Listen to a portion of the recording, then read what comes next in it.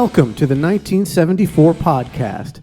This week we are joined by current members John Dotson, Nick Dickinson, Nicole Dickinson, Mike Forget, and Adam Clymer, along with former member Parker Hu, to discuss 1974 and the Echoes of War, the third album recorded for the Laser trilogy. I'm Adam Clymer, and this is the 1974 podcast.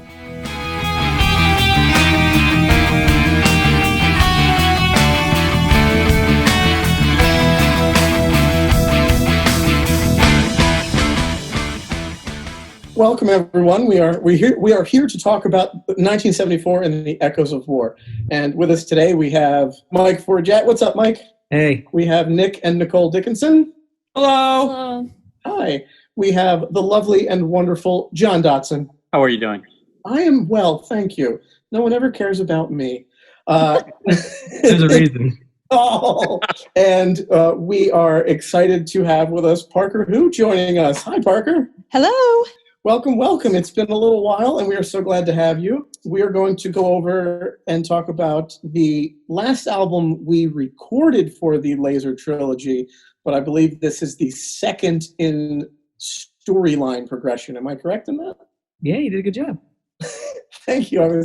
I so long for your approval. So I want to jump in right away with the big question off the top. For this album, Parker joined us as a singer and a keyboard player. So let me direct this question real quick before we get into the nitty-gritty of what the story is and who all the characters are and whatnot. Parker, what was it like coming into 1974 at this stage of the game? We've been around for a while. We've got 2 albums under our belt. This giant story is happening. How did you get into the band? How did this even happen? I think my story is actually similar to Angela's, if I'm remembering hers correctly, which is I saw you guys at a show and was completely blown away and totally in love. At that point, I didn't know where you were in terms of albums and the whole trilogy. I just knew I liked the music. But how it felt to join was really intimidating because I had this whole like, oh my God, these guys are amazing. And how am I going to be good enough for them? And it was just, it was really kind of intimidating, but awesome. I remember it. I kind of remember doing the audition process, which I think the first time we'd ever done like a formal audition process. I wasn't there for the audition. Mike brought all the audition tapes over to me, and it was pretty obvious from the get-go that you were going to be in the band, Parker. So, Oh, thanks, Dad. I remember. I remember this. It was pretty obvious from the echo. Oh God.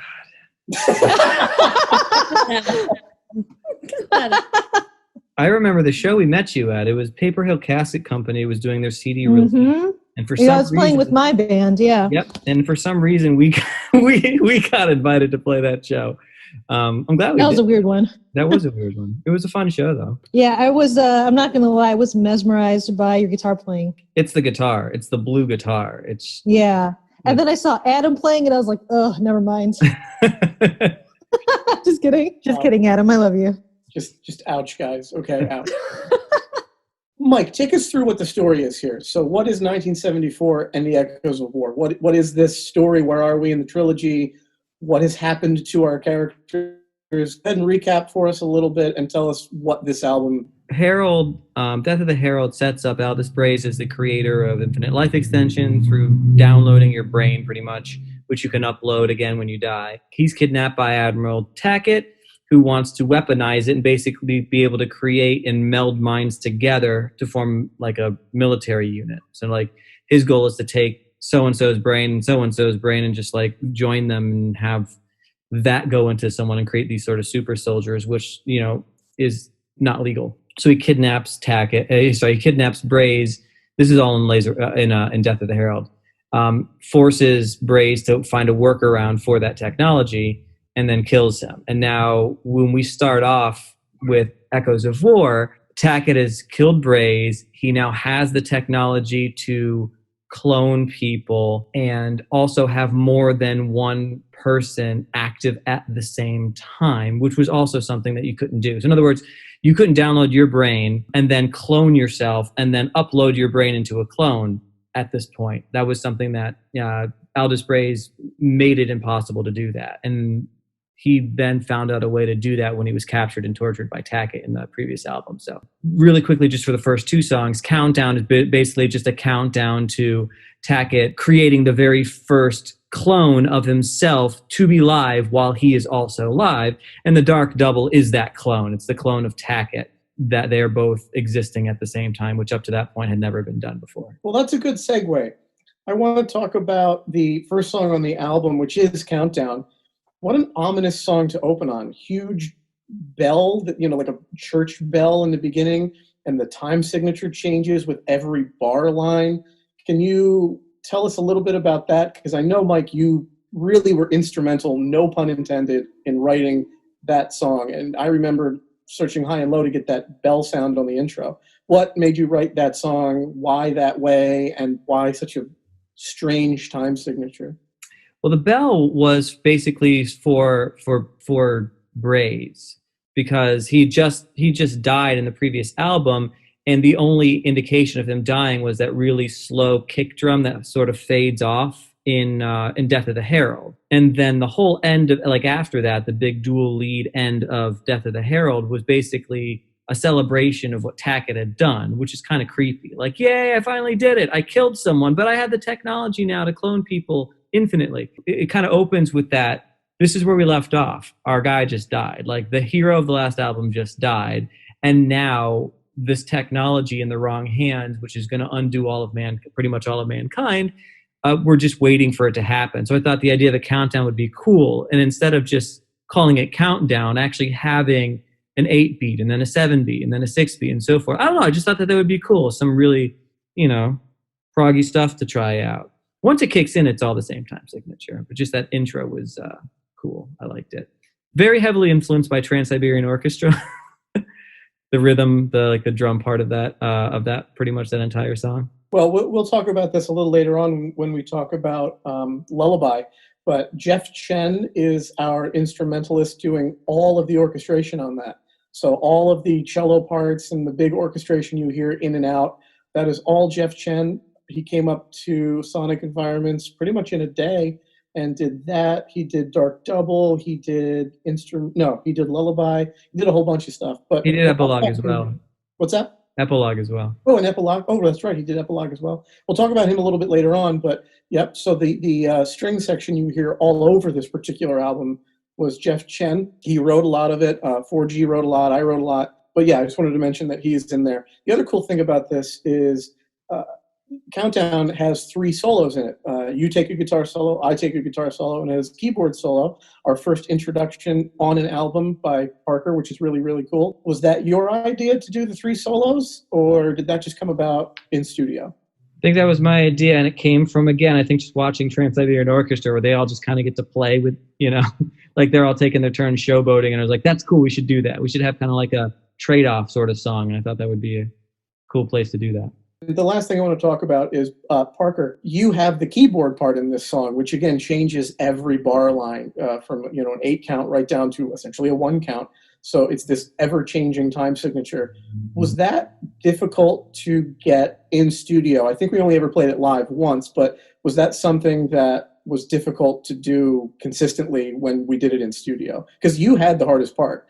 4G and I were just strumming chords and counting down from 8. But you had to do the melody of that, the entire lyrical melody of that, each section. Well, it's funny you asked because I wasn't aware when I first listened to the song that it had what the time signature was. So I was sitting there in the other room while you guys are tracking stuff at Sonic Environments, and I was trying to figure the part out. And I'm counting it.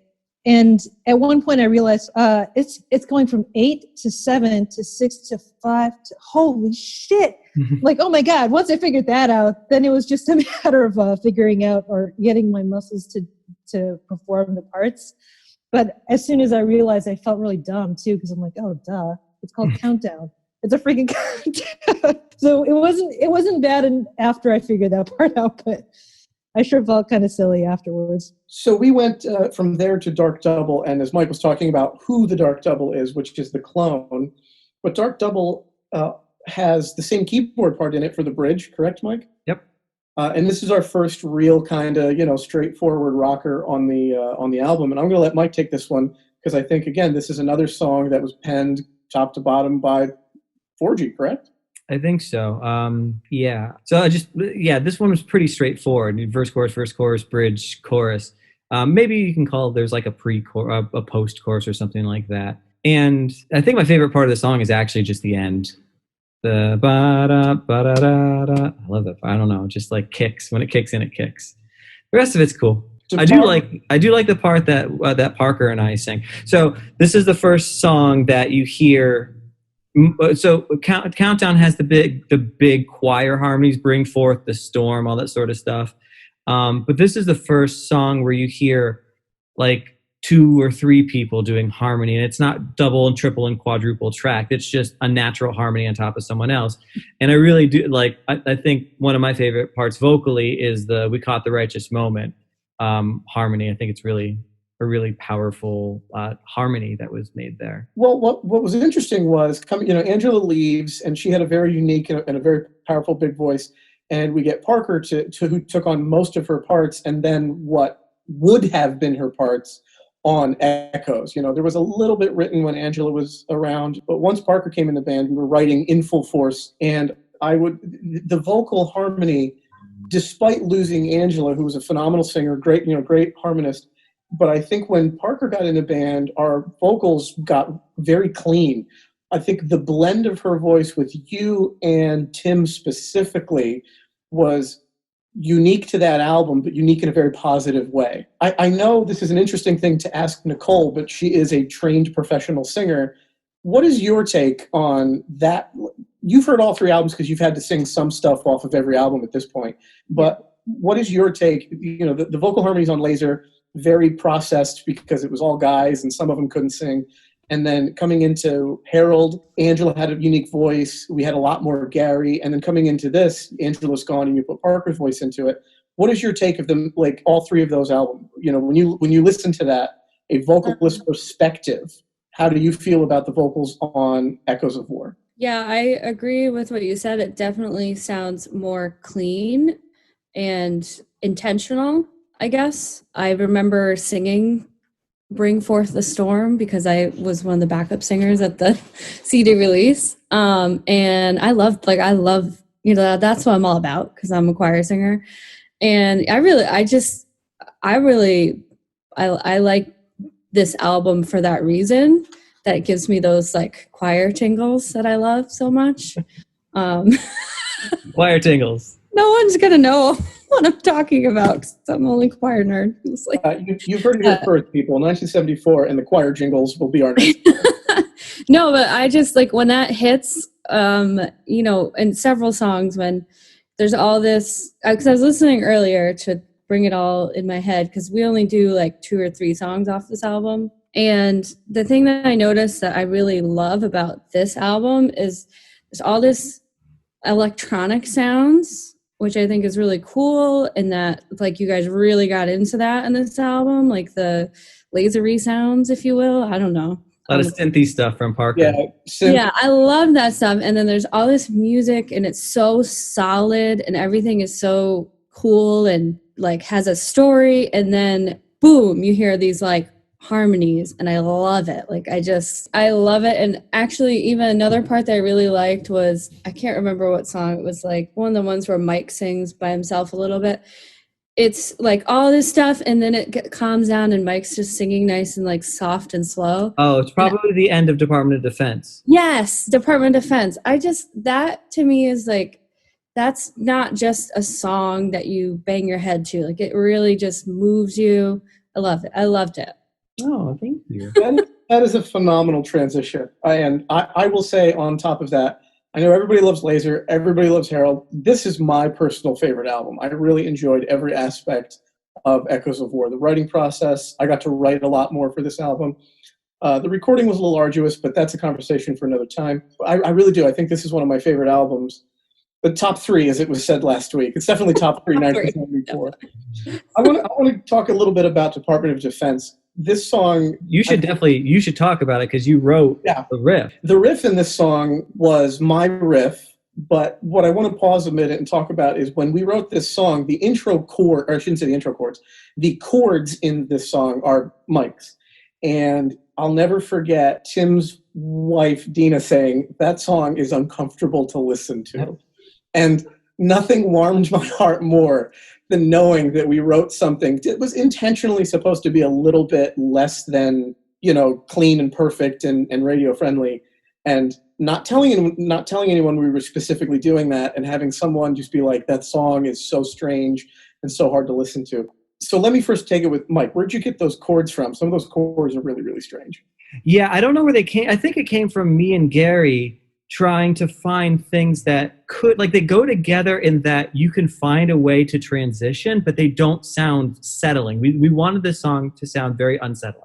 What's happening is Tackett is basically bringing his discovery to the Department of Defense, which is the intergalactic sort of defense council for the United Earthlands. And basically saying, look at what I did. I was able to successfully clone myself, and we can now make an infinite army of people that are like the top specialists in their field. And we can go and we can, all of our enemies from the Great Galactic War, we can make them really pay for what they've done. And we could really be a big force in the universe here, which is the ramblings of someone that's absolutely insane. And that's kind of what we were trying to get across, is there's a room full of people that are just, this guy, when he's talking, it's this is dark, terrible, awful thing that you think is the greatest thing in the world, and just this tension where people are just kind of looking at each other is this guy for real? And that tension is what that chord progression is. There's nothing, I can't even think other than just literally hopping from one chord to the other, just saying, does this sound good, or does it sound like it could fit even if it doesn't sound comfortable? A lot of I think what we took for inspiration for this song is Black Hole Sun by Soundgarden. I mean, the chords aren't the same, but the idea that those chords don't really sound like they belong together if you listen to that song, but the melody over top of it really unifies those chords. If you just play those chords and you're like, hey, this is a song, they'd be like, no, it's not. But when he starts singing, his melody ties all those chords together. And we knew that the melody was going to be important for taking these very strange chords and making them make sense, whether they're comfortable. And that's where my riff came in. Once those chords had been established, we needed something to break that monotony up. You couldn't just have, I think it's a succession of 4 or 5 chords. You had to have something in between, and I'd had this riff I'd been sitting on. And again, it's weird. I don't have this as an influence. I don't listen to this type of music, but if you listen to Essential Arms, it's got a very Middle Eastern feel because of the sitar pedal. And if you listen to Department of Defense, that little riff sounds very Middle Eastern. It's got that kind of harmonic minor feel to it. And once we put those two together, that song really, to me, became one of the most fun songs and interesting songs on the album. Who was responsible for the lyrical content of that song? I think I wrote the lyrics for that song. I feel like on this album, I wrote the majority of the lyrics because we were trying to bridge the gap between the two albums, and a lot of the band was focused on the music, which was great. But when it came to telling the story, I don't think anybody in the band, aside from me, knew what the story was supposed to be in this album. So I think a lot of the lyrical content fell on me because they were like, what's going on. You just write the lyrics. Aside from a couple of tunes. I know Parker wrote half of Lullaby. Gary and Tim, I think, wrote most of Moonbase. But yeah, I think the majority of the lyrics in here were mine. My favorite part of Department of Defense, even though it's my guitar riff in there, my absolute favorite part, there are 2 synthesizer solos in that song. Yeah. And both of them are just unbelievably tasty. Parker, where in good God did you get the idea to whip out those 2 solos? Well, I'm glad you guys like them. We came up with this at the place where I was living at the time in New Milford. And you, Adam, you came over because we wanted to write 474. And I remember we had all the keyboards set up, and you were just tooling around getting something to eat in the kitchen. I was just repeating that riff of yours and trying to come up with a line over it. And at one point, I had essentially written what became the solo for these, or the lines for these 2 parts. And you just came over with yes, that's it. Don't forget that. So I would say you also take a lot of credit for the writing, because I would just kind of mess around until something sounded good, but you would pick it out and then figure out how to make it work. So there's a descending there's a descending triplet in the second solo. And originally I'd started there. He said, no, you gotta like figure out a way to make that flow. And so we figured out a different way to get into it. So the short answer is we both came up with that. I remember the second solo, though, I hadn't really heard until we were recording at Jeff's place in Sonic Environment. And I'm like, Clymer came up to me so happy. He's like, 14, you gotta hear this, you gotta hear this, you gotta hear this. And he brought me into the room and Jeff hit the playback and like, he just, and you were like really banging on that like whammy bar thingy on your keyboard. And like, it was, oh yeah, I remember that. I have to say, I really, I don't know how to put it. It felt really gratifying to get that feedback because prior to joining 74, I never played keyboards for anything. I was classically trained on piano, but hadn't played for years.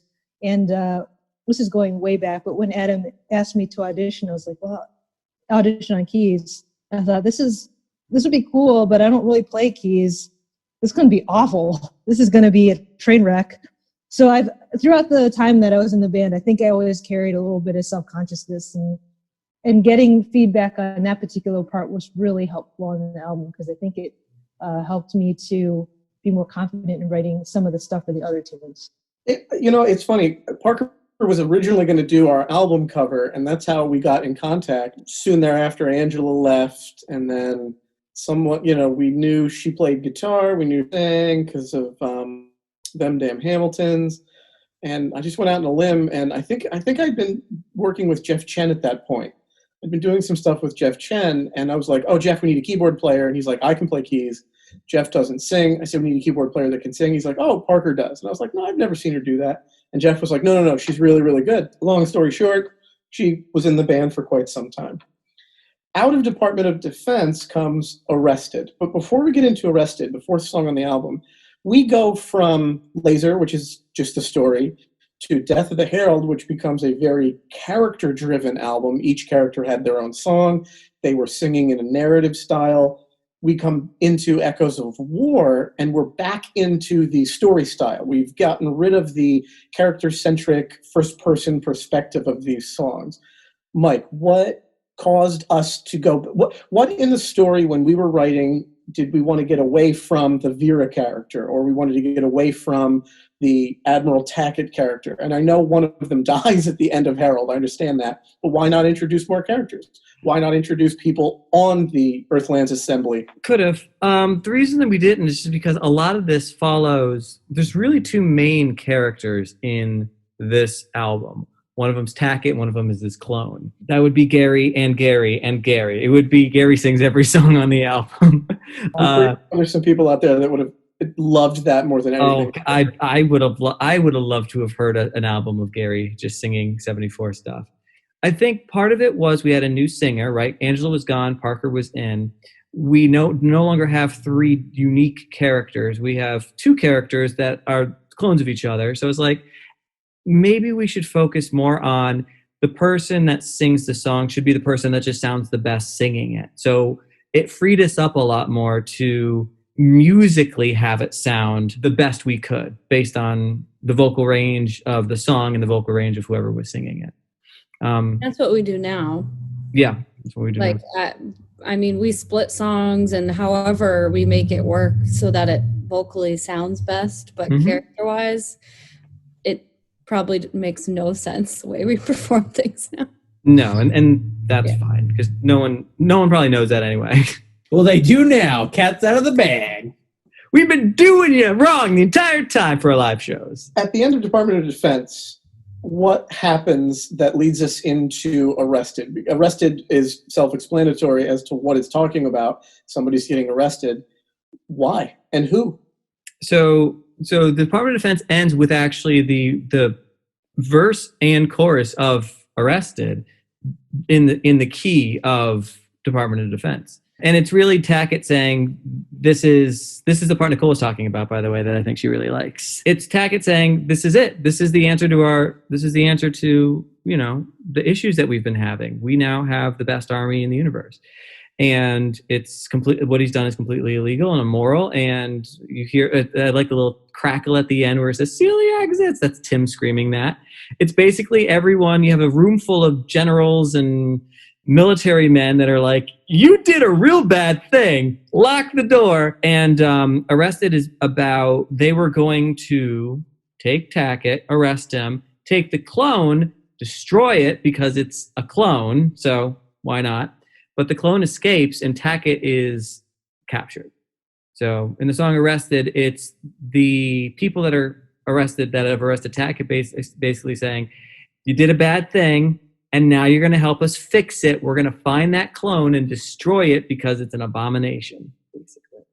And Arrested, the music actually came from me. This was another one this was the rarity of a full song. Yeah, pretty full song. Full song was you, buddy. There's not anything we did with this song that you hadn't already done. Yeah, well, lyrically, it was all of you. Chordal-wise. Yeah.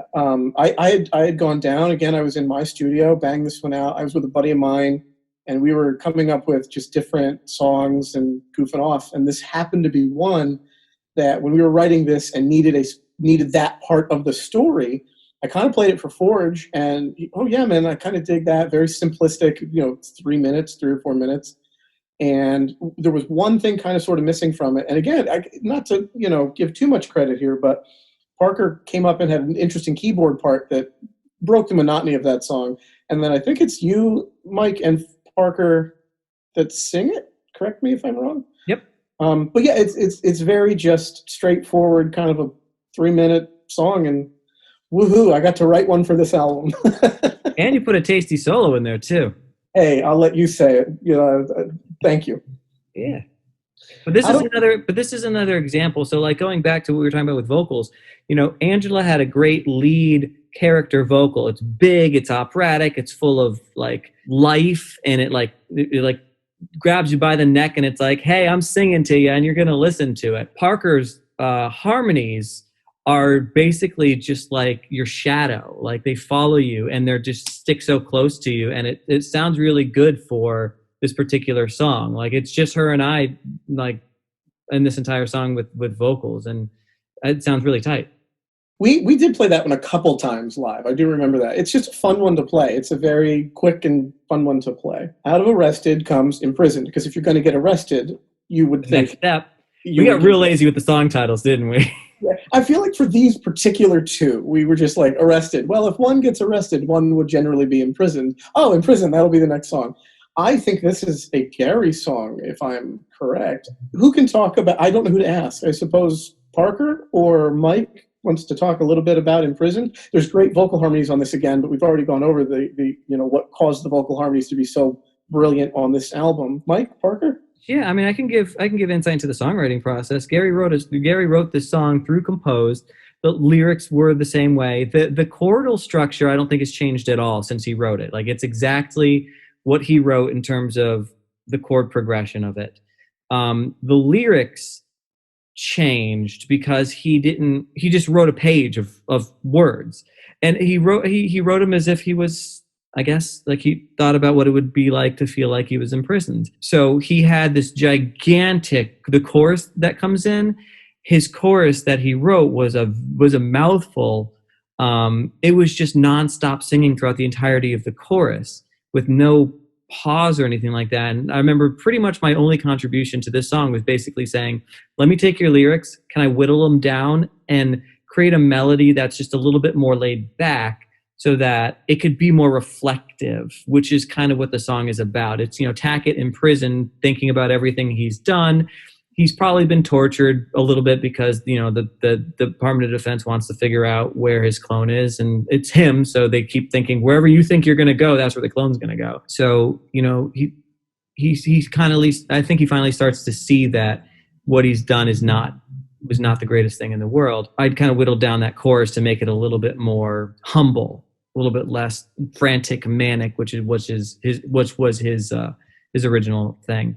And yeah, those ahs, I think those might have been one. Did we Queen style those ah harmonies like we did on Herald? Yeah, I think we left I think we liked how Essential Arms came out, but we knew it's not something you can do for every song. Right. And No, this song was good though for that. yeah, but we enjoyed it. We liked the way it sounded because it was different. It was a different particular style of vocal harmony, and this just lent itself to that. And so, the same way we did Essential Arms on Herald was very similar to the way we did, or vice versa. Imprisoned vocals were very similar to the way we did Essential Arms on Herald.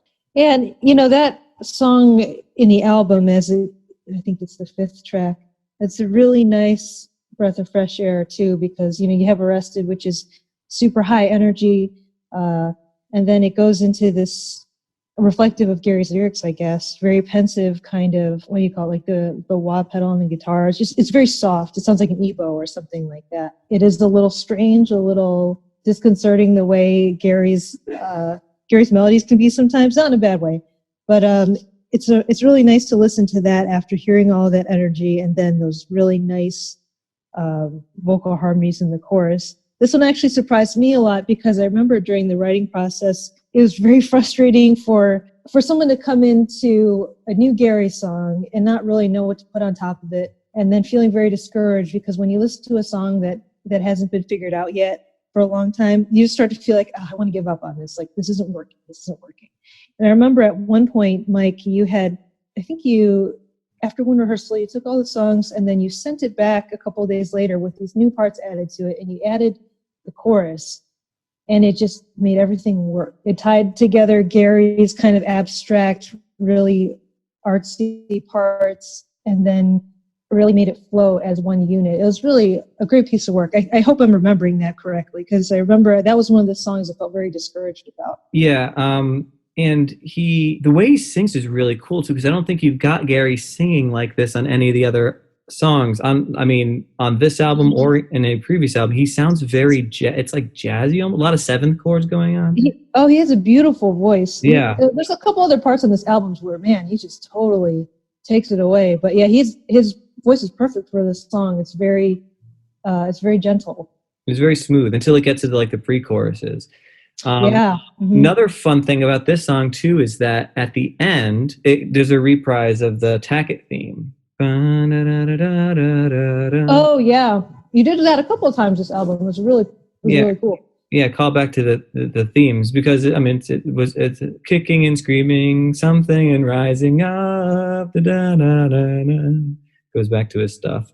The guitar bit in the beginning, to speak on what Parker was saying, it does get challenging to write sometimes when Gary brings a full song, because they're phenomenal, but they are very, strange. But that guitar part in the beginning is me with just a volume pedal. So there's these volume swells that kind of come back to like temps or something like that.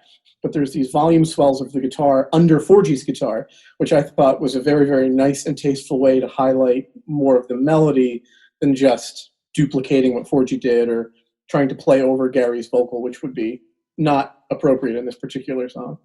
I believe you have a solo in that too. Is it you, Adam, or is it Forge? A very beautiful, tasteful solo. That's got to be Forge. I don't think it's a solo. I think it's a feedback solo. Yes, yeah, but it's perfect for that tune. Yeah, I remember that. Yeah, it really goes back to what Nicole was saying. That you guys are throughout the history of the band, you guys find what sounds right, not necessarily just to do something, but to find the right voice, the right instrument, the right type of sound to fit what you're going for. I think that's one too we didn't know until we got into the studio. It was like, what are we going to do there? It's like, let's use a little bit of feedback. And then Jeff's like, why don't you just play with the tone of the feedback? And I was like, all right, we just started messing around with that. And that's what came out. Pretty cool. Happy accident. We put the amplifier in the vocal booth, and do you remember that? Yeah. Oh yeah. Stupid loud, just stupid, ridiculously loud. And we put the amplifier in the vocal booth. And I remember just recording that for 40 minutes of you just standing and walking to and from the amp and getting these different feedback loops and tones. And we cut them up and put them into the song. It was brilliant, absolutely brilliant. Cry of the Exiled is, I think Tim does phenomenal on this song. I'm not even being funny. Tim on this song has the most emotional singing that he's ever sang, because it's not the prettiest, it's not but it's perfect for this song. It's absolutely dead on what this song needs. Yep. Again, I had very little to do with this, so Mike, take it away. So the song is about, I think it's supposed to be Clone Tackett trying to gather some of the other extremist, military people, saying and framing his original self, like actual Tackett, not clone Tackett, as a hero. Here we have this guy who has the answer to everything. He basically has technology that can make the United Earthlands unstoppable, and he's being punished for it. When he should be like put on a pedestal. This is not fair. We should do something about it. So this is kind of the introduction to the sort of small extreme resistance against that sort of those fail safes that Aldous Bray's put in place with his cloning technology. This is where you start to. It was originally, I think, supposed to be called Splinter Cell, and then we turned it into Cry the Exiled. Clone Tackett takes these people and goes to an abandoned moon base that was used as a station for the Great Galactic War, and just kind of keeps putting together these plans for how he can enact Tackett's vision. And this is basically the rally cry of those people. In there, though, broken. So it's not just this like, haha, we're gonna take over the world, blah blah blah blah blah. There's like these post choruses, I guess you can call them, that are basically supposed to be some person that just kind of agrees with the idea that if this is what's going to help us stay safe, then this is what we should do. But it's from a less extreme standpoint. This isn't someone that's like, yeah, kill everybody. It's just, someone that's like, I would do whatever I could in order to keep everybody safe from my house. And that very soft, I think Parker and I singing octaves apart from each other, just to give a little bit of credibility. Because, whenever you have people that are like, yeah, no, that's stupid, we're going to kill everybody, it loses a little bit of credibility, a little bit of believability. So that kind of gives a little bit more of a humanistic side to why someone would kind of approve of this whole it's a means to an end method that Tackett kind of goes through to get what he's looking to get. Those quiet parts were actually kind of fun for me because a lot of the tone on that, a lot of the sound of that is the electric 12-string, which we didn't do really in any other album. I mean, it's a sprinkling of it on one or two songs, I think, on Herald. But that's generally the tone there is your guitar and the electric 12-string is what made that. So that was fun for me. A song I didn't contribute a lot to in the writing process. I got to have a little bit of fun in how we did the instrumentation for it. Oh, this was also the one. Hold on, wait. Is this the one where we took all the time to write the horn parts? So Gary and some other wrote, or you and Gary, Mike and Gary wrote the horn parts and noted them out and everything. And we got 2 or 3 people to come in and play them. I'm stretching my brain to remember this.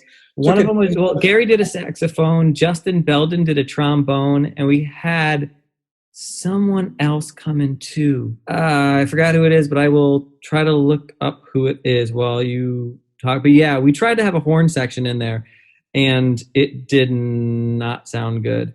No, it was. It's not because they played badly. We just couldn't get. We've never recorded horns before, so when we recorded them, it sounded like a Casio keyboard playing horns. So it was less that. It was more about. We knew that song needed something, and we didn't know what. And at one point, it was a flute. At one point, it was horns. At one point, it was Parker's keys. And it just anything we put in there subtracted from the song. Nothing added to the song. Yeah. So eventually, all the stuff we tried, all the days worth of recording of the horns and the keyboards, ended up just not going in there. So as you hear it on the album, was how it was recorded weeks prior to us trying all this other stuff, and we ended up coming right back to what it was without all this extraneous stuff in it. So yeah, and I kind of felt bad because I can still kind of hear what it would sound like if we could get it to sound okay, and it sounds really cool, but no, we just couldn't. And maybe it was the arrangement too. It could have also been maybe if we actually hired someone that played horns to arrange it correctly, maybe that also would have worked, but just nothing that we were doing was working. We had to scrap it, which is just sad, but whatever. It is what it is. It does make it sound a little bit more growly at that point. The part we're talking about is the right after Tim's done singing. There's a instrumental part, which I kind of hear as being kind of like a march-ish type of thing. But yeah, we couldn't get it to sound good. After Cry of the Exiled, again, Tim's so good on that. We took Moonbase, and Moonbase is one of my all-time favorite 1974 songs. And I get to say very proudly that riff is mine. That riff came to rehearsal shortly after the recording of Death of the Herald. It got worked on with Angela still in the band, and it eventually, I got onto Echoes of War, and everybody had a hand in it. But that riff, I love that riff. And I remember playing that for 4G, and 4G had the same reaction. that I had when I heard Parker's solos in Department of Defense. He was just like, oh my God. It's like, this is a 74 song. Congratulations, Climber. You wrote a 74 song. And that was a big day for me. Yeah. And Tim on the vocal here, phenomenal, absolutely brilliant. And the good thing is, I think we've actually played this with Nick and Nicole, right? Yes. Yes. John, how about you? This is one of Nick's favorites. He always wants to play Moonbase. I love this song. I think Moonbase should be in every set we ever do. The problem with Moonbase is we are Sans keyboard player at the moment. Yeah. We've gained a lot of, some amazing vocalists, but we're Sans keyboard player. Keys are kind of essential in this song because there's a lot of synthesizer in this doing many, many, many things in the beginning and the end of this. But this song just grooves so hard. But I will let Mike talk about this because other than that intro riff and the guitar solo, I didn't write the lyrics. I did not write the melody. And the melody for this was different. We were talking about on the last album how we accidentally rewrote other songs that were already written and already famous. I think Tim wrote a Yes song. I'm pretty sure. Going for the One, I think. Yeah, Tim rewrote Going for the One, and we had to talk to him and be like, dude, you have to change your vocal melody. And he did, and it was brilliant. But Mike, take it away. First of all, Josh Lubner. Love you, buddy. Sorry you recorded stuff that we couldn't use, but we really loved having you in the studio. Josh Lubner was the other guy who came in and did horns for us. In terms of vocals, vocals were Tim and Gary, I think. They hashed out most of the lyrics. The only part that they didn't do, I believe, was the gazing at the infinite display. That like choir part. I wrote that. But yeah, everything else vocally was Gary and Tim. I don't know if Gary did the melody, but he definitely helped Tim with the lyrics, I think. I think Tim did the melody. Which is tough. When you have a melody in your head and you're like, and he sung it that way a lot. He sung Going for the One so many times. And then we were like, you have to change it. Because it was exactly the same. Like, he did. And that's tough. That's tough when you get it into your head that you sing it a certain way and then you have to completely rewrite it. And it actually sounds great. So Moonbase, story-wise, is about the sort of splinter cell that Clone Tackett takes to the moon and starts to kind of rally the troops there. They actually bust him out of jail and they bring him to the moon base sometime after they've already started to get established so that actual Tackett can see what Clone Tackett has done and that together the clone boys, together they could, realize the original vision of Admiral Tackett. But at this point, what the clone does not know is that, Tackett through reflecting in jail kind of sees how wrong everything is and he has no idea what's happening to him until he actually arrives at the moon base and sees this clone basically, ha-ha, brother, come here. We shall rule the world now, sort of thing. And he's just kind of taking in the craziness around him that was his original plan.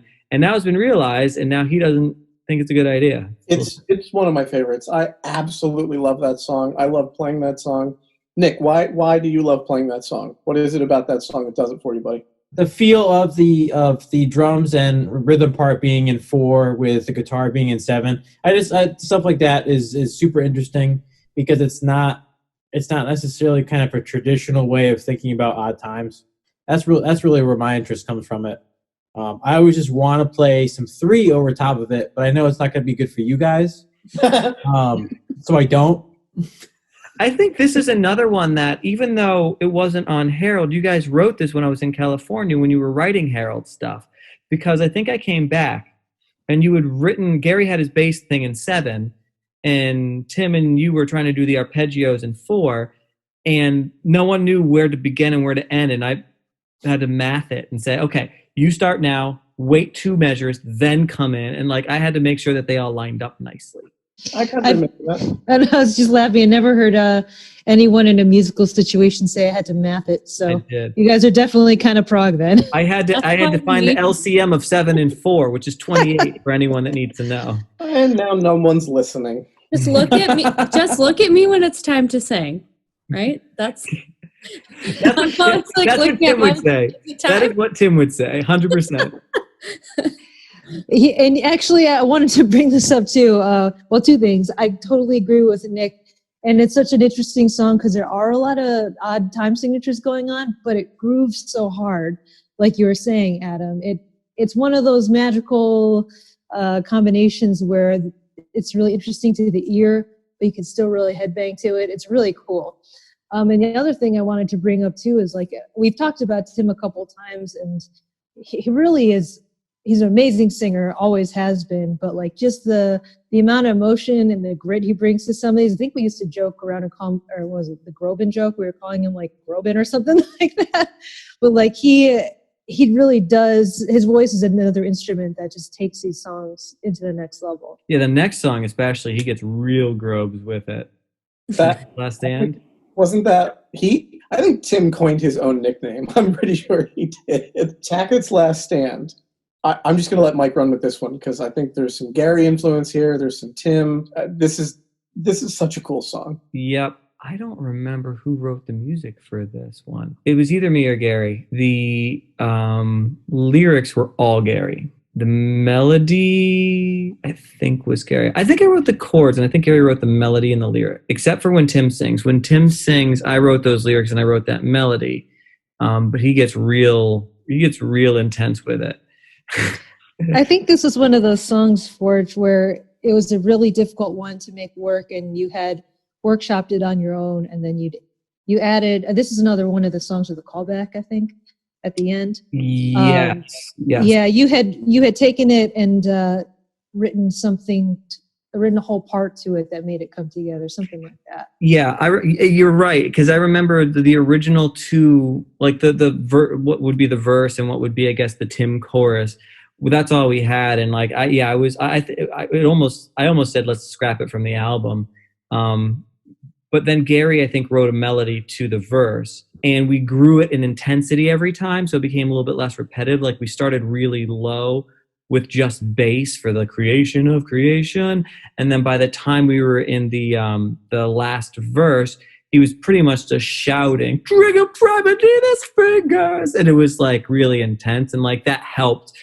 And once we had that sort of upward sort of track for the song, that's when, because it's Tackett's Last Stand is about, Tackett realizes that this is all wrong and he tries to basically shut down the operation, but he doesn't get far because there's an entire army against him. So the clones very easily overpower him. And I took the theme from Laser Fortress, the death theme from the Laser Fortress, which was the one that was at the end of Wait, and it was also in the middle of the overture. Quarter of the Citizens, I think that was the. No, that's Deadly Mutiny. Okay. No, this is the one that goes ba da da da da da ba da da da da da. Oh, okay. But we did Gloria to that. So the Gloria part in the choir singing Gloria at the end of this song was that melody from Laser Fortress, which again I think of as a death melody. I mean, I wrote that song. I wrote that song about my father passing away, and that melody at the end of the song to me, it was just like the "You Were the One Who Was Gone" melody, and I was like, that'd be a good one to put into this song because Tackett is now dead. So there it is, and we gave him sort of like this. We were trying to figure out with the Glorias whether we should do like big harmony or something like that, and I think we decided that with someone like Tackett, we were thinking more Viking, more low. No like crazy operatic, just very low male sort of thing. So that's very monastic. So that's what we ended up going with, that type of a sound for this song. And Gary does the with the death riff. He actually does it on the bass before the Glorias come in. Right after Livid Calculations for the Future, I'm doing an arpeggio, which actually mimics the end of Overture. At the end of Overture, it's da da da da da da da da da. At the end of Overture, right before we go into the very last thing we play. I did it slowed down here, and when I'm doing that, he on the bass is going ba na na na na na na na na na na na. So it's actually a weird callback to different pieces of the Overture playing at this little end part. And then the choir fades while like a siren kind of goes up, like the siren's been hit by someone who realizes that Tackett's no longer on board with this plan. And then Parker, you're the one that recorded "The threat has been neutralized. Return to your positions." Originally, you were the one who you did the sound recording for the threat is neutralized, and I think you changed it at the end. It sounds great with you doing it. We did. I remember Mike did, and it wasn't bad. It was different. It was an enunciation thing, I think. And it did sound very well. It was just cool. It was just I really liked that, and I think Parker did have it was the timbre of the voice just made the most amount of sense. It was very emotionless, which was really cool. Like you didn't sound like a robot. You kind of sound like someone who's just like, okay, nope, we're good. Go back. Like, I have been known not to have emotions, so it's perfect. Not what I meant. I know. I'm just kidding. But this brings me to the little side topic is we go kind of hard into the sound effects on this album. There's a handful on Herald, and there's more on Laser. But again, we've got the air horn siren at the end of this. Lullaby, which we'll talk about in a minute, is full of sound of car doors and feet walking and all kinds of stuff. What put us back on track to do more of the soundscaping in this than just straight up music? I think it was just about trying to find things that connect to the story, because it's a concept album. So things like adding little things in there that really take it outside of its music and puts it more into a visual plane, even though it's still audio. Like when you hear the bells ringing, you like at the very first thing you hear on the album, which is that church bell, you have an immediate image, and it puts you in a place that is different than if you were to just hear music. It's like theatrical. It's like musical theater, but for CDs only, non-performance-y. Well, sure. I think, though, that the choices that you and the band made, and some of it was me and Adam combing through stuff, helps a lot. Like the bell at the beginning is definitely very iconic sonically. But like having the seal the exits being yelled, and that Tim does in one of the songs, but Jeff at Sonic Environments made it sound very distant. In that example, it made it feel like there was other people in the room. So it became as much a song as it was almost like watching part of a play. So there's little ways that it's used throughout the album. Sometimes they're atmospheric like a moon, but then sometimes they're descriptive of the setting. So I think that is definitely unique to this album for sure. That brings us to Instrument of Doom. And the first thing I'm going to mention about Instrument of Doom is this kind of goes back to Countdown. There's a keyboard solo, there's a really awesome Hammond solo. Forge gets a solo, I get a solo. But one of the things that strikes me about Instrument of Doom is another really, really funky time. And it's super hard to play in the beginning. And my solo, Forgy's solo took a couple of different iterations. We tried this, didn't work, tried that. But you know what I do remember, Forge, is you did your solo on that old Les Paul that Jeff had. The wood one. Yeah, the thing weighed 450 pounds, but it sounds so good. The other thing I remember is my solo, the exact same thing. We had a solo, we put it in there, it didn't work, and it took forever to finally write and get a really good solo. But your solo is phenomenal. Parker's keyboard solo is great, but it's an instrumental track. Talk a little bit about what is the Instrument of Doom hive mind, and what does the purpose of it solve here that we didn't need any sort of lyrical content. We didn't need to progress the story verbally here. So the Instrument of Doom is the gigantic piece of equipment on the moon base that collects it's like a cloud. It collects all of the digital minds that are uploaded to it, and it can transmit information into clone bodies that don't have the minds downloaded in them. So in essence, the clone bodies become empty vessels that are powered by this streaming gigantic piece of equipment on the moon base, which is called the Instrument of Doom, also called Hive Mind, because there's just a whole bunch of data from different minds combined together. And Gary, I think, was the one that wrote the very first piece of this song, which it's actually bookends because it starts the song and also ends the song. The very frantic thing. He had that for a while, and we were trying to make it into a song, and it's just frenetic, manic thing. And so we thought about just building this crazy piece of equipment that it does, and it's this extremely sinister thing and out there, and we're just pushing sort of the boundaries of what you could even get away with and call it science fiction. We did that. And then we needed a way to go into something a little bit more groovy. So then I added on top of that the part that comes after that, which is like the dun dun dun dun, which just grooves a little bit more. And then we kind of took turns doing our own little solos, I kind of think of them as being like each one of them is a different mind being uploaded into the thing. And then it gets pretty crazy there when like it starts getting full. And then we go back to the overture sound when we do the ba-da-da-da, ba-da-da-da, ba-da-da-da.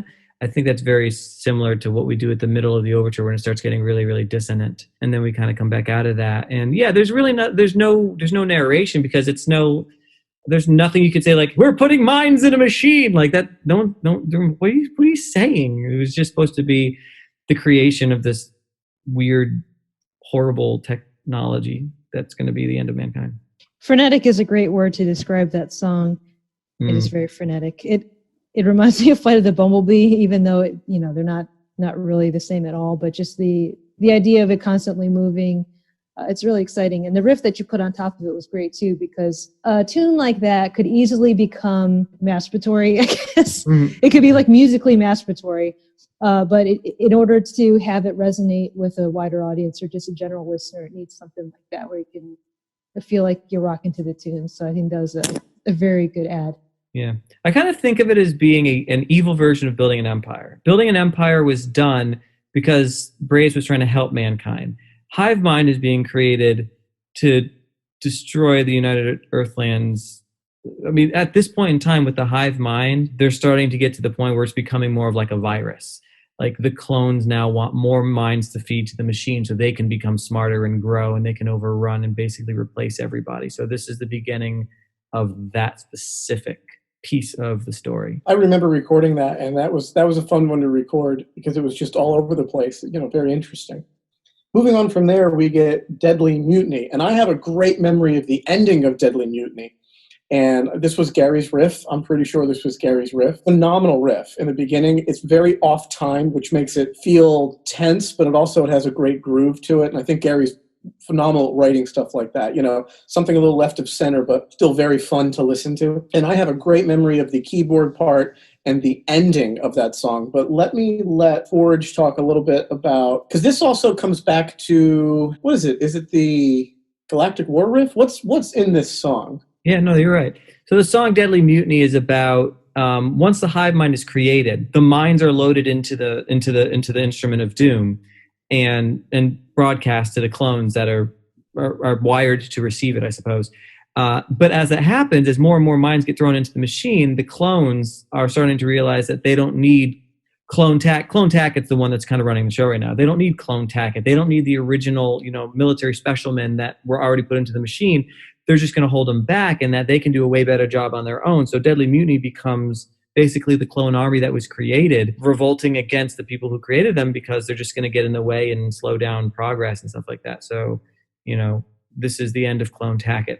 And yeah, at the end of this, you hear the riff from Great Galactic War, the really slow riff that happened in Great Galactic War, because they put the grid back on that traps the inhabitants of Earth from leaving so that they can go into the Earth and take over. Like, take people's minds, put it into the instrument of doom, and then kill them. And then they have like their superior race of clone people living on the Earth. I remember, the bell comes back at the end, does it not? Mm-hmm. And Parks, I have to give you props. The keyboards at the end of this are through the roof. There's so much. I think this particular song for me is not only amazingly fun to play as a guitar player, and Mike, I'm sure you agree, but I think the keyboards at the end of this make this song one of the most epic endings.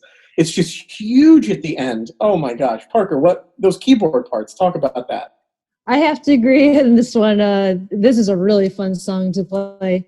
I believe it kind of starts mostly with guitars, and then the transition into the last part, there's different synths, and then there's a ascending organ part, and then it ends with these full octave slide all the way up and down the organ with the big bell at the end. So it's super dramatic. It's really fun. I remember the memory that I have is probably the one you're thinking of, which is you're sitting in your apartment kitchen with the keyboard hooked up and just trying a bunch of shit.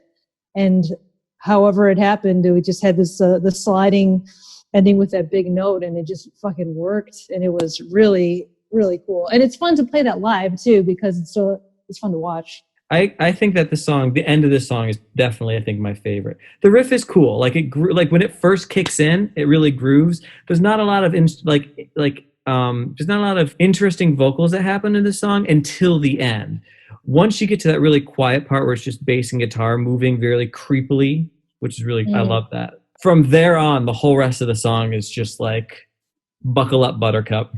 Yeah, that's what I like about that song too. Is you don't really expect it. I believe the first part of the song, there's just some harmonies, just some ahs and oohs, and then you're like, all right, well maybe this is just going to be an instrumental, but then it turns into this amazing, dramatic, operatic kind of experience. That one's really fun to play. Yeah. No. So I actually said that it was the riff from Great Galactic War, but it's the entire pre-chorus all the way up to the riff that's in there. Because the lyrics from Great Galactic War were shield now our citizens, maintain their innocence, send up the satellites, and let them marvel at the grid. And in this one, it's corner the citizens, strip them of innocence, worship the satellites glow. It was like 180 degrees away. Now it's like, nah, you're gonna love being prisoners and being killed by us. And I was gonna say, what's really nice about that is the Great Galactic War is such a, I guess, famous 74 song. It's such a well-known tune that even if you weren't aware of the story and the clever writing in it, you would instantly recognize that riff. Yeah. I want to talk to Parker a little bit, because after Deadly Mutiny comes Lullaby, and I think Parker probably had the biggest hand in Lullaby. The chord sequence was mine. Yep. And I didn't know what to do with it, so I just wrote this chord sequence and played it over and over, gave it to Forge. Now, Forge is actually the one on the album who plays it. Your style of playing was much different than mine, and it's much, I think the song is prettier for it. So on the album, it's actually Forgy playing it. But it's Jeff, I think, doing the Celestian or something like that. Celeste Bells. I did play guitar on top of it, and we actually transitioned from Jeff's Celestial into my guitar by the end of the song. But when we were recording it ourselves, like when we did the demo and when we did Scratch Track, it was me playing that whole thing was me playing guitar. But because we connect that to a part at the end of Cry the Exile, I believe, which was another like sound effecty thing of like a car pulling up and someone gets out, and it's supposed to be someone like going to a wife and daughter of a soldier who was killed or something like that. And there's this broken music box that they play, and it's the theme from Lullaby. And in this, it opens up with a non-distorted, clean version of that music box played on the Celestial, which was the chord progression you came up with, but I just turned it more into an arpeggiated sort of thing. Well, Parks, talk about those lyrics. I'm pretty sure, if not yours exclusively, they're half and half with you and I assume Forgy. But you sang it, you arranged the harmonies. You can even talk about who we got to sing the harmonies on the album, because we got some help for the harmonies on the album. But talk about the vocal and Lullaby the song. Sure. I think when I first heard the tune, when I joined the band, I think it already had been half written, or your guitar part had been set. Forge had already started to write lyrics for it. And Forge, your lyrics are the ones at the beginning, I believe. Yes, yeah, you wrote the one heart part, yeah. Look here, gentle child, that's the verse, and that was the part that you wrote. Yep. And I actually don't remember about how the music was written, but I know that at one point we had sort of played around with the tune, and I went home and I just recorded vocals over one of the, empty rehearsal tracks that we did. And then, it's not really anything special to it. Just recorded a bunch of parts of, I think, 3 different harmonies. And I wrote, I was trying to capture what you were saying about in the story, which I think you wrote the. You wrote the melody.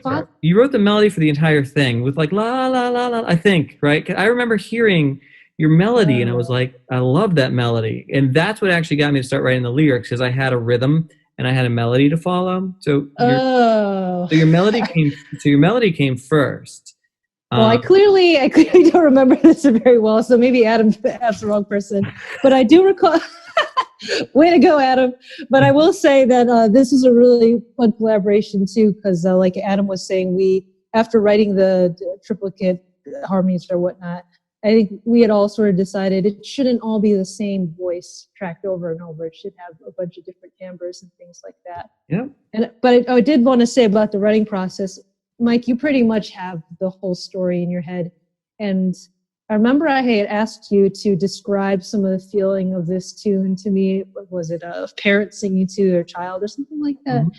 So that was fun for me as someone who usually just writes the music to be able to write the lyrics to it. And I think the lyrics are one heart, one mind, it's like a rally cry, very like a rally cry for those who will keep fighting. It's supposed to be the actual message of the temps. So the temps are the ones that did not clone themselves or get their mind digitized or anything like that. They believe that you're born to live a life, and then when you're done, that's what makes it so beautiful. So that's right. So the lyrics: "Look here, gentle child, see the leaves orange and maroon, beautiful for you. Winter winds will blow and leave them, so newer ones will bloom, just like me and you." That's the cycle of life. That's the way it is. That's what's natural. That's what's beautiful. And then your chorus about one heart, one mind, one life, that sort of, it's like, this is the way it's supposed to be. And it should be that way. Anything else is like goes against the grain of what is natural. I remember thinking about that, and that's all coming back to me. It was just such a beautiful thought that life's cycle is what makes it so beautiful and so worth it, even though there's death at the end. Death is what you're supposed to experience. And the podcast. Yeah. I really enjoyed that song. I think Jeff Chen's contribution was amazing. I think when we took the Celeste sound and distorted it and warped it to sound really weird, like you're in like a fever dream. I think Lullaby was one of the greatest ones that we put on the album because it's so different. And that's what the album needed. It needed something to break that monotony. Shout out to girls from Ruby Falls for doing vocals on that, Sarah and Heather. I believe Adam was the one who recruited the singers, I think. Well, I knew that we needed, like you guys were just talking, we needed the harmony to be different than just Tim or 4G or Parker or Gary. We needed it to be different, but we didn't want it to be non-female because this whole thing needed to be beautiful and pristine. So when I reached out to the girls from Ruby Falls, they were like, yeah, absolutely. Let's do it. Let's rock and roll. And they were actually gracious enough. They came and sang it with Parker at our CD release as well. And that was so much fun. I think their voices with Parker's were just phenomenal on that particular song. Swan Song of the Enemy. Woo! My favorite song. My favorite song. John, you've played this one. Tell me you've played this one. Please tell me that you actually can contribute and say you've played this one. I actually played this. Yes! With you guys even. Several times. Get out of town. I don't want to get ahead of myself, but so I'm going to start with John because so far these podcasts, since John's the newest member of the band and we're all on quarantine now, there's so few songs that John's been able to play with us. So we'll have 4G talk a little bit. I know 4G wrote this. I get to play the solo. I have so much fun playing the solo in this song. I absolutely adore playing the solos in this song. John, finally, a song you've played with us, and the song after this too. How do you feel about that really driving bass part of this particular song? Because this is really different for us. It's very standard, kind of quarter note type of thing, very upfront, very 4/4 time. How is it playing that, just laying down the bass to that? I love songs that when there's something that's simple that's happening, but it serves the song so well. It makes me happy. Like I love playing runs and doing some gymnastics on the bass, but most of the time it doesn't help the song in any way.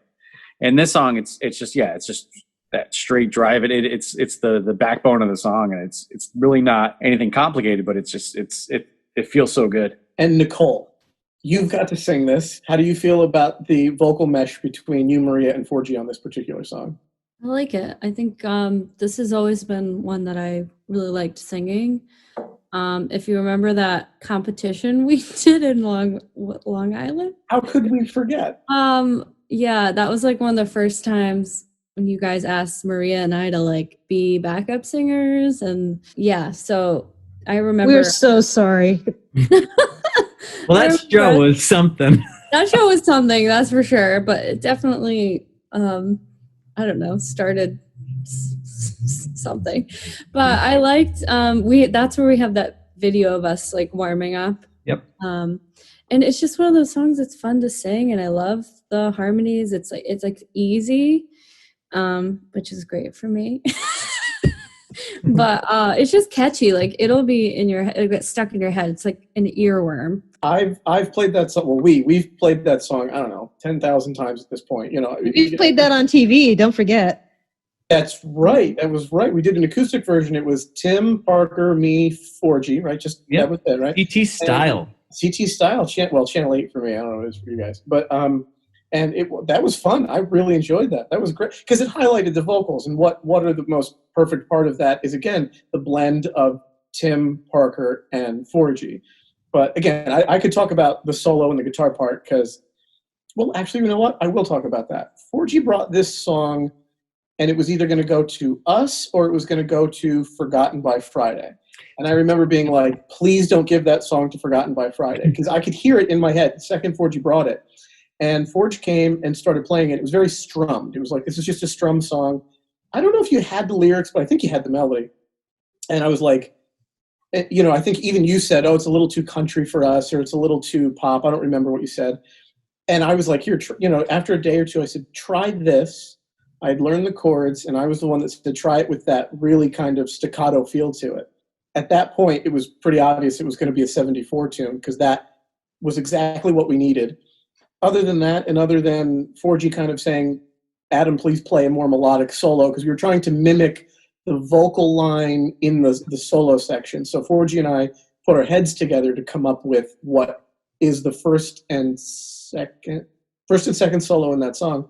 The third solo is just a regular guitar solo. No, other way around. So it's 1 and 3. Oh, I'm sorry. 1 and 3 are the ones that mimic the vocal line. So it was very collaborative, which of course to me, you know, all the joy in the world to be that collaborative.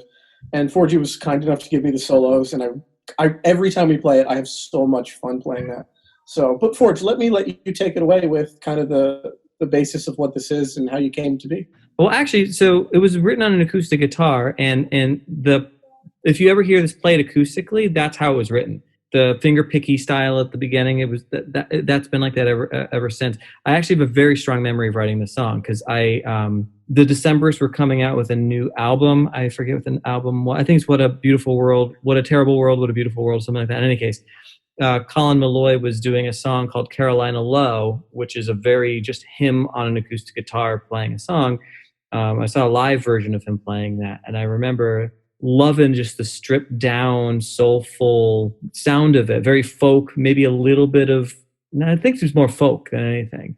So that was sort of just listening to him do that. I came up with that particular song, like the melody, the chord progression, everything it's very folky, especially if you hear it played on an acoustic guitar. So that's why I didn't know whether to give it to 74 or Forgotten by Friday, because I was like, 74 could do some really good rock stuff with it.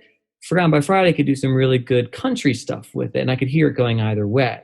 Like, think of it like an Eagles tune, right? And Clamor was like, actually, I remember you said, you're like, I don't care if you give it to Forgotten by Friday, but don't not give it to 1974. You can do it two different ways if you want to. But at that point that I heard the song, that it was obvious this was going to be really an awesome song, just well written, well crafted. The melody it is an earworm, as it was said. You know, it just gets in your head. So yeah, I didn't care if you did it in 1,000 other bands, but it was going to be ours at some point. And I was just really grateful that you let me work with you to make it the 74 song that it became. Oh yeah, that song kicks. That's one of those songs that too, like, it builds right up. Like the very first thing is just this really dirty guitar which was really cool is like all the finger picky stuff that I did on the acoustic guitar, it's all maintained. That it's just done on an electric guitar that's really dirty, which sounded really cool. I didn't have to change the way I played that guitar at all. It just sounded really good, like electric and big and fuzzy. And then the bass kicks in, and then the kick drum comes in, and then the keys slide up, the organ slides up, and then you do the solo, which is mimicking the vocal line, like up an octave. And it was just like, yeah, this just feels groovy. Yeah, definitely.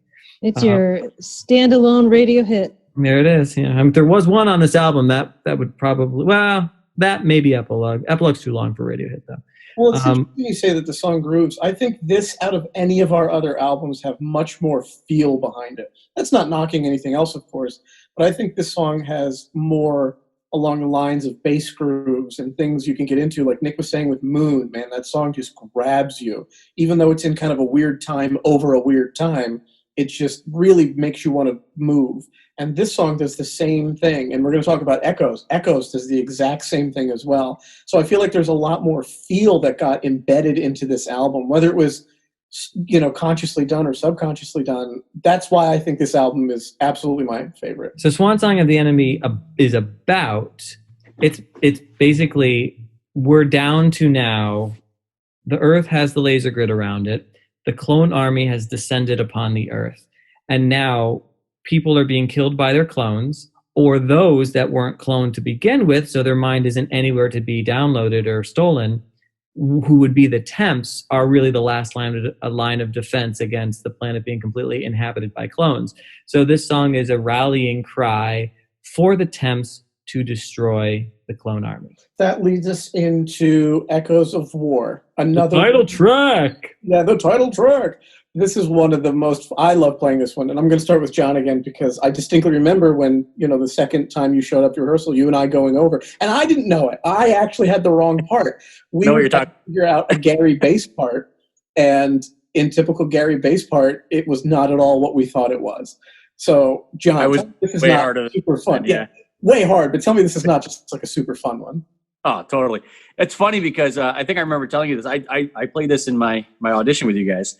And I had just come off like a long string of drum gigs where I hadn't actually touched my bass in a really long time. And I remember you sent me the songs, and I listened to this one. I'm like, ooh, this one, I don't know if I have enough time to get like my fingers in shape to play this song with you guys. And I remember I was struggling during this one during the audition. So thanks for sticking with me. But I do remember what you're talking about. That one, that breakdown is super cool. Oh, like when you do your solo climber. That's what you're talking about, right? The dun da da da da dun da da da da. Yeah. So you guys, everyone had gone upstairs, and me and Adam just kept on jamming on it because it was just like there's something that I'm doing wrong in this, and I don't know what it is. And yeah, I was like all over the place with my fingers. And then I think you came down, and you're like, oh no, it's like this. I'm like, oh, that's. Well, that's because Gary and I played the same part there, so it's easy for me to know what he's playing. Because I said, Gary, what are you playing? Oh, I'm going to do that. This one is another fun one. Again, Forgy and I both get little solos in this, which is awesome. It grooves real hard. I know Nick has a fun time on this one because, it gets kind of crazy at the end there. Nick, tell us a little bit about your particular drumming style on this. It's a little different than Tim's, but fun, but awesome. Overall, this album itself definitely got a lot heavier from your previous recordings. I will say tone-wise, not necessarily material-wise, is very similar, but tone-wise, just things felt heavier. So initially, when I was learning this on vacation, because I first time playing with you guys at the Cherry Street show in Wallingford was after going on a week-long vacation in the Caribbean. Oh, yeah. Not having been able to touch my drums. Then I had like 2 or 3 days, I think, or something till the show. Right. Or it was very, very quick turnaround to do that. That's what we do. We like to get new people in the band that only have, less than 24 hours to learn our entire back catalog. Yeah. But definitely hearing that, I knew I wanted to kind of put more of kind of a little bit more of my metal influence into it because I knew A, I could, and B, you guys probably wouldn't stop me from doing it. Because you can't physically stop me. We're at the gig, right? What can we do? Yeah. So I mean, honestly, I have way more progressive music and metal were as far as drum wise for me where I came from. Everything else is what I just learned and as I grew up on, but literally grew up on metal and prog. So now that I can actually play that stuff because I couldn't when I was into it, I do it as often as I can. And that was definitely one of those songs we always end with it. So you got to go out with a bang. It's Tim used a double kick, but he used it sparingly. But now that we play that live, it just needs fireworks. That's all it needs. Yeah. That'd be great. I'd love that. That'd be fantastic. You got to get the subs pumping. We bought it for a reason. Speaking of fireworks, we can liken this to Kiss. So we could talk about the fact that we thought this was a complete knockoff of Detroit Rock City. This is Detroit Rock City. Yeah. This song is Detroit Rock City times 10. Tell us a little bit about what's happening in the story here, and then we're going to wrap up this particular part of the conversation with Epilogue. But go ahead, Forge, actually, wait, time out. Let me go back just a second here. Parker, you had to mimic, if I'm correct here, didn't you have to mimic Gary's bass part? Do your keys do that as well? Yes, they do. I thought so. Okay. As dictated. Well, actually, Gary's bass originally did that, and in the recording it doesn't. Parker did that. We switched them. Although I think live we did both play them, if I remember correctly. Who knows what Gary does live? No, I don't remember. No, who knows what Gary does live? This is another one, though, like when the solo comes up at the end, what the keys are doing is misleading, because if they're not just playing, the chords kind of as a bed behind it. I remember when we were tracking this, if you take my solo out, you could essentially use Parker's keyboard part as a solo. I remember they're doing some funky stuff there. So there's a lot more going on in this song that meets the ear. But Forge, tell us a little bit about what's happening here in the story. This is the battle, the epic battle between the clone army feeding off of the Instrument of Doom and the Temps for the salvation of Earth. And it does not end well. I mean, we have no hope to turn the machine around is the chorus, is the Temps saying, nope, we can't do it. So at the end of this song, pretty much it becomes an Earth overridden by clones, and the Temps kind of go into hiding. Which brings us to Epilogue, which is the Temps in hiding, correct? Mm-hmm. I brought a small riff to the table, and Forgy kind of manipulated it and made it sound like what it does. I think I just had like a little chord sequence, that F. Yeah, it was the 1/4. It was like F B flat or something like that. I mean, the way it was played was a little different, but you enjoyed it, you liked it, and then you essentially wrote the rest of the song for it. Jeff Chen on strings, again, we just told him what we wanted. He came in and layered a bunch of stuff to make it sound like a big orchestra, which I think really enhances the song. Mm-hmm. But I'm going to let Mike take this one, because I think this was pretty much this was you, right, Forge? Yeah. Well, what you did is a 1/4 progression. So it was F and then B flat. And to me, like 1/4 is like, I love that progression. I mean, it's in everything. It just sounds beautiful. Simon and Garfunkel's was it Only Living Boy in New York is like all 1 and 4 pretty much. And like, I think it's one of the prettiest songs ever written.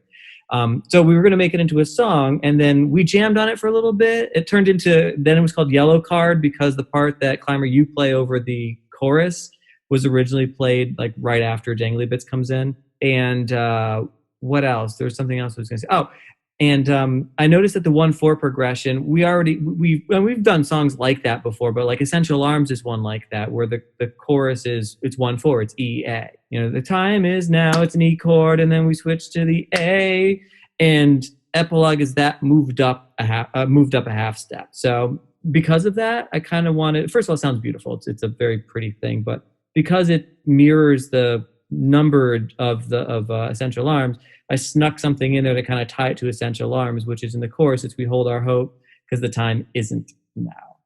In terms of the lyrical content, yeah, it's basically just about what it's like to be pushed underground and be always fleeing for your lives, because if the clones find you, they'll kill you.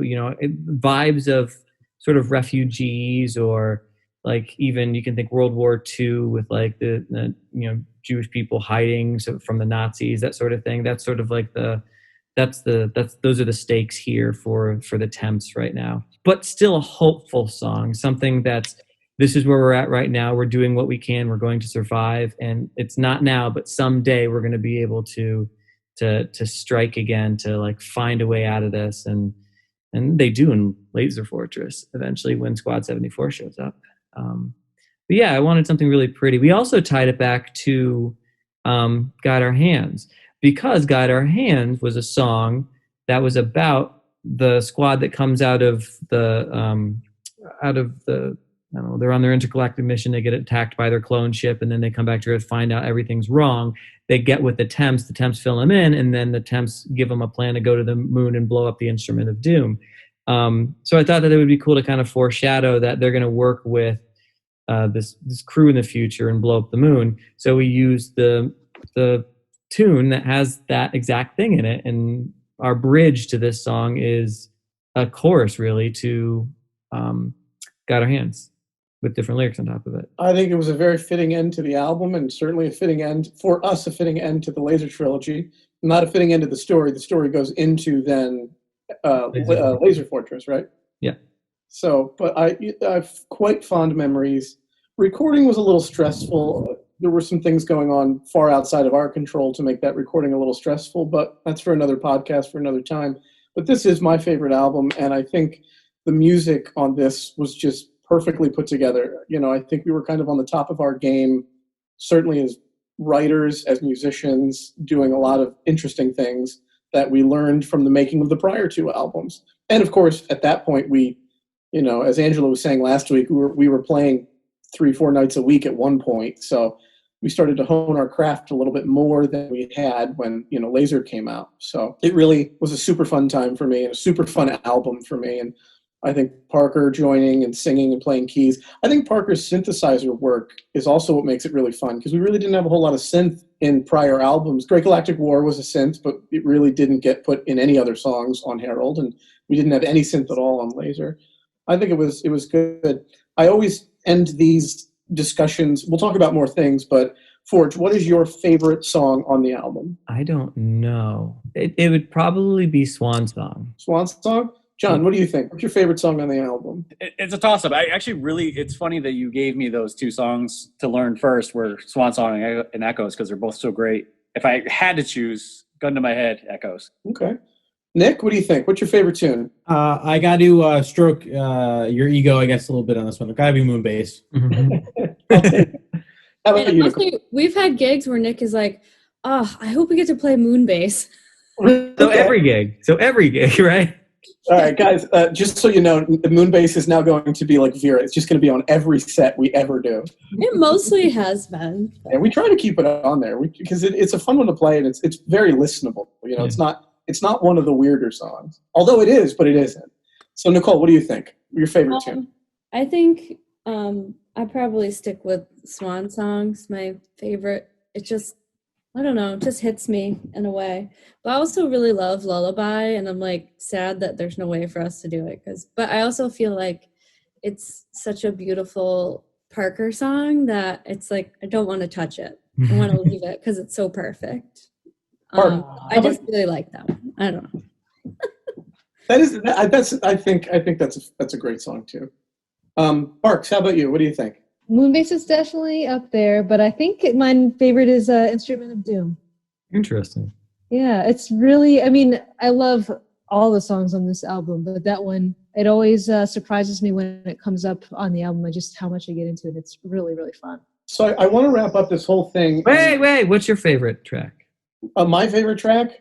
Man, that is a toss-up. I love Moon, but Swan Song is so much fun for me to play.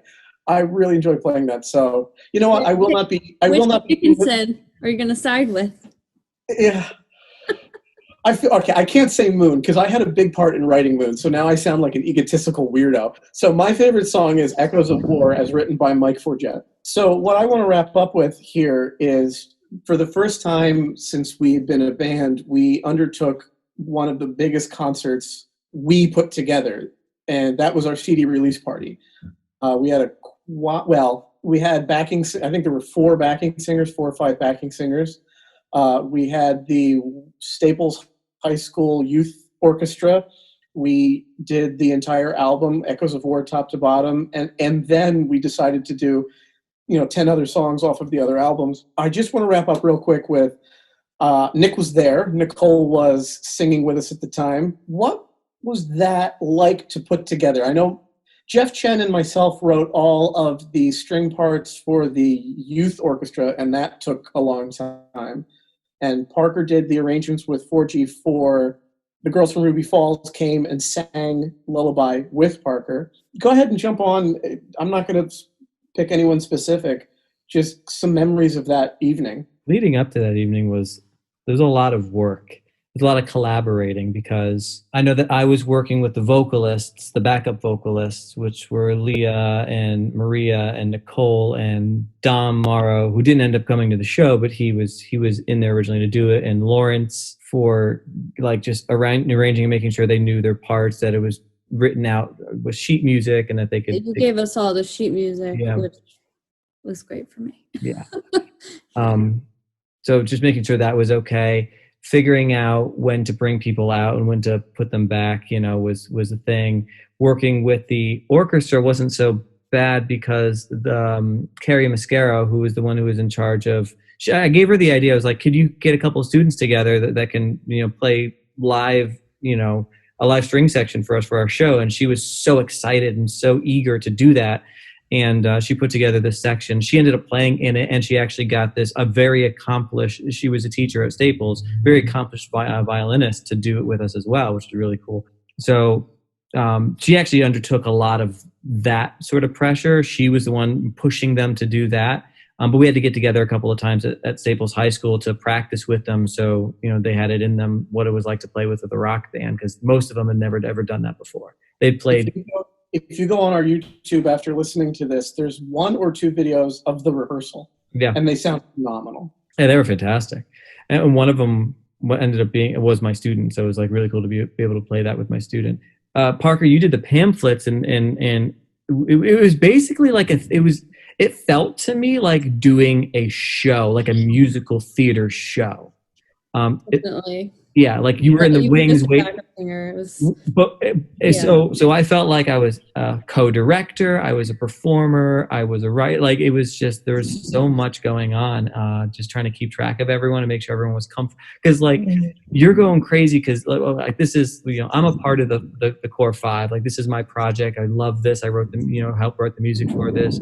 I like perform this with my best friends. Like this is a dream, and everyone else actually trying to do stuff that makes what you're doing sound better. Like you get that whole like, thank you so much, thank you so much, thank you so much. I know this isn't your thing, but like this is making my day sort of. And the fact that everyone kind of rallied and did it. We had a successful show.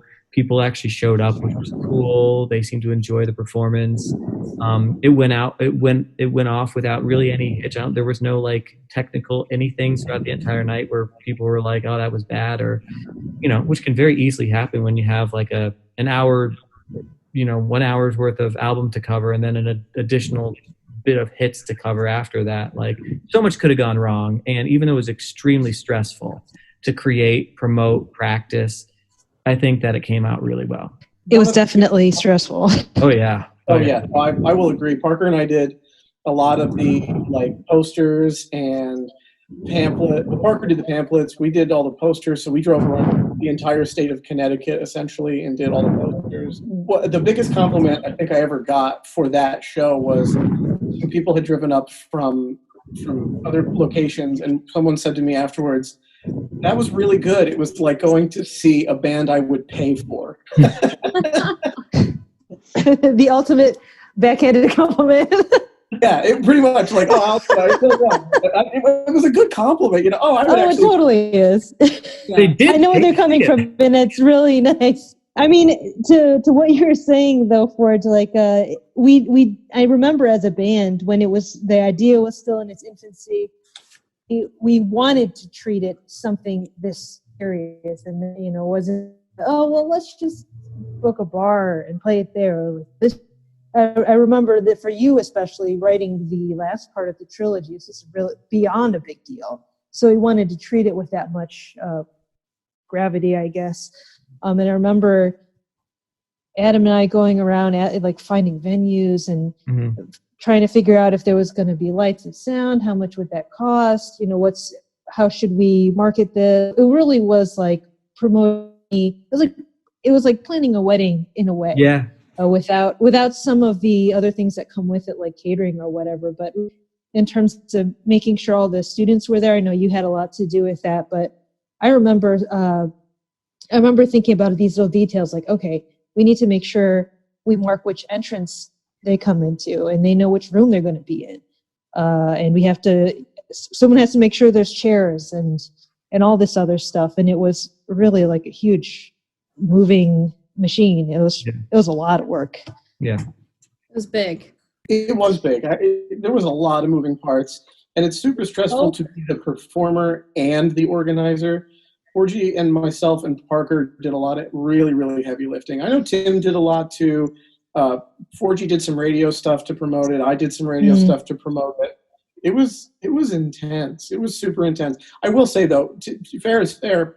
We did this at Trinity on Main. They were super easy to work with and super affordable. The sound was perfect. The lights were perfect. It did not cost us, $10,000. I mean, we asked everywhere. They treated it like we paid them $1 million. They had everything we could have wanted. They treated us great. The sound guys were great. The venue owner or operator, whatever it was, I can't think of her name, but she was a sweetheart. Just everybody was super nice and super amenable to what we needed. And frankly, if we could do it every month and afford to do it every month, like we would have. That was how easy it was to work with that venue. So not to, kiss their butts, but that's rare. So I think they need the shout out because it's worth it. Yeah. They absolutely deserved it for sure. It felt like the world celebrated with us. So it was a really good CD release party. I want to ask the question that I asked last time, but I want to give it to Parker this time. Parker played with us maybe about a year or so into it after that, and then Parker departed the band. We were lucky enough to pick up Nicole and Maria and John and Nick, to join, but we lost our keyboard player. So Parker, I want to end on just, once a member of 74, always a member of 74, but what caused your departure of the band? I think ultimately just the time in my life, I couldn't handle all of the stress and the workload. I certainly a lot. We tend to be an intense band. Angela mentioned that. Yeah. Well, that's true, and that's what I signed up for sure. But as it is with everyone's life, you can never predict what's going on at work or at home or with aid, whatever. I love the music, no less. That's for sure. But I think that whether or not I realized it at the time, it was more than I could commit to and give 100%. And I ultimately 74. It's not one of those bands where you can just kind of like play around. It's a band that cares about the music, cares about the quality of it and the relationships. So it really deserves 150%. We love you, and you are always part of the band, as is Angela and Tim and Gary and Nick. But I want to wrap it up, and I want to thank John Dotson, Paul Dickinson, Mike Forget, and Parker Hu for rocking out a little bit today with us and talking about the Echoes of War. And that actually finishes our podcast on the Laser Trilogy. There will be more podcasts to come. We haven't quite figured out what they're going to be yet and who we want to get involved. So hopefully everybody's enjoyed the story of the Laser Trilogy, and it certainly cleared it up for me, and I'm in the band. I want to say thanks, everybody. Thanks to Parker, John, Nick, Nicole, and Nick, and hopefully we do this again, and we're going to have a whole bunch more. We will see you next time. Thank you, everybody.